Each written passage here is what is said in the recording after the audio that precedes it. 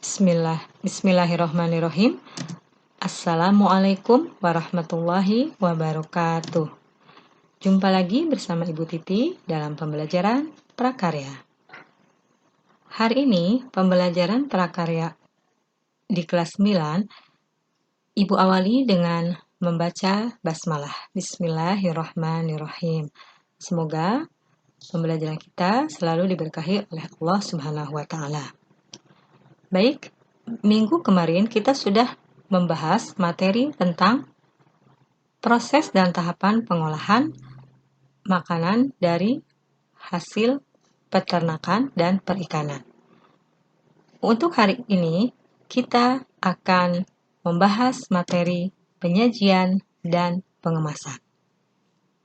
Tentunya penyajian dan pengemasan dari makanan yang diolah dari hasil peternakan dan perikanan. Tujuan dari materi ini adalah siswa diharapkan mampu menyajikan dan mengemas makanan hasil olah peternakan dan perikanan dengan menggunakan alat saji dan alat kemasan yang benar. Baik, kita awali dengan pengertian penyajian dan pengemasan. Penyajian adalah cara menyuguhkan makanan. Dalam menyajikan makanan, ada beberapa faktor yang harus diperhatikan, yaitu yang pertama, prinsip higienitas dan sanitasi makanan, yang terdiri dari 1. Prinsip wadah. Artinya, wadah tiap makanan harus terpisah dan tertutup. Yang kedua, prinsip kadar air. Artinya, makanan yang mempunyai kadar air yang tinggi seperti bakso, kemudian soto, air rebusan atau air kaldunya sebaiknya dituangkan pada saat akan dimakan. Yang ketiga, prinsip bahan makanan dapat dimakan. Artinya, bahwa makanan tersebut harus aman dan sehat dari zat-zat aditif seperti perasa, pewarna, dan penyedap buatan. Yang keempat adalah prinsip panas. Prinsip panas ini berkaitan dengan makanan yang harus segera dihidangkan dalam keadaan panas dan tidak boleh menunggu waktu yang lama karena dikhawatirkan sudah basi. Yang kelima adalah prinsip alat bersih, artinya peralatan akan digunakan untuk menyajikan dan mengemas makanan harus dalam keadaan bersih, artinya dicuci terlebih dahulu dan dalam kondisi kering. Yang keenam adalah prinsip penanganan makanan, artinya berhubungan dengan pengolah makanan. Para pengolah makanan harus memperhatikan kebersihan diri dan memperhatikan kebersihan lingkungannya, agar tidak mencemari makanan yang diolah. Selanjutnya adalah yang kedua, berhubungan dengan cita rasa. Cita rasa ini ada berhubungan dengan satu rasa manis. Rasa manis itu ditimbulkan dari sukrosa, fruktosa, dan glukosa.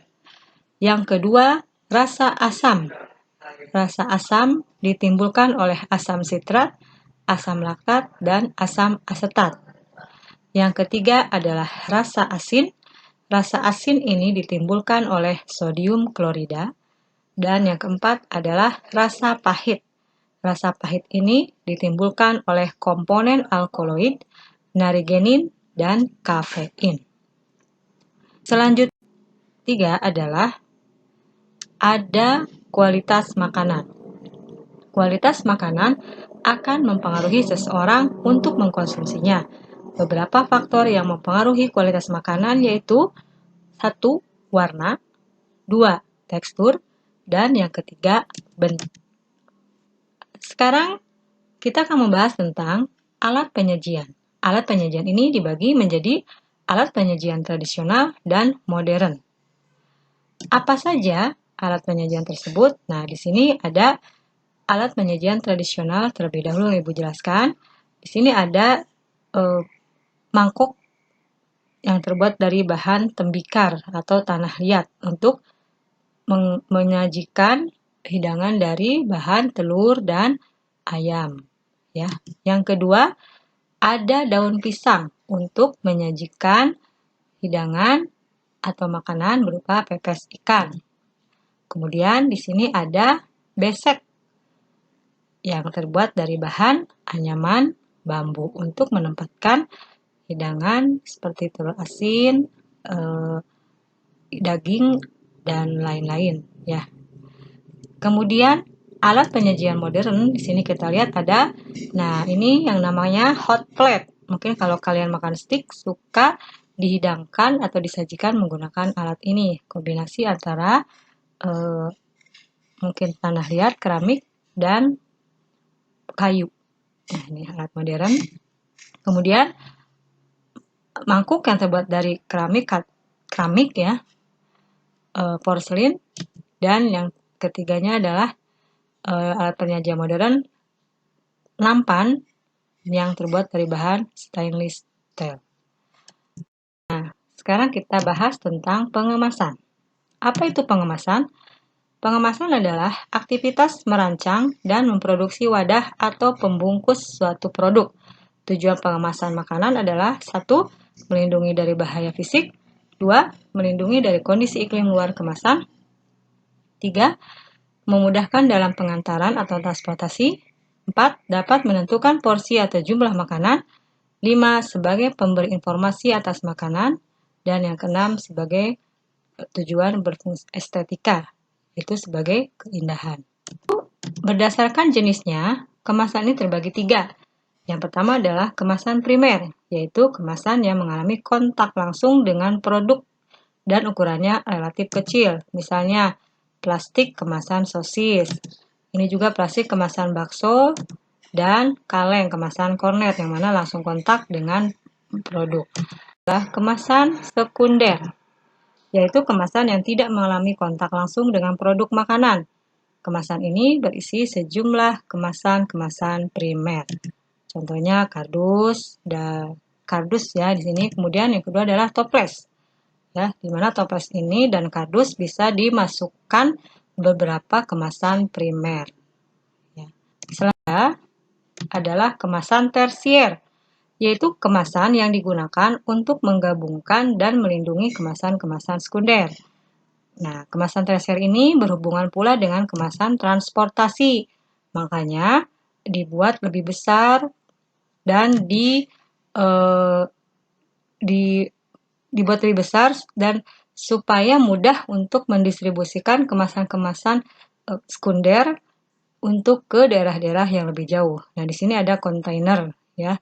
Nah, kontainer ini berisi beberapa kemasan-kemasan sekunder seperti kardus-kardus ataupun peti-peti yang ada kemasan-kemasan yang lebih kecil di dalamnya.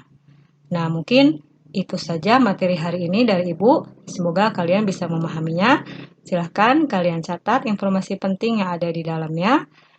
Selamat belajar dan tetap semangat. Assalamualaikum warahmatullahi wabarakatuh.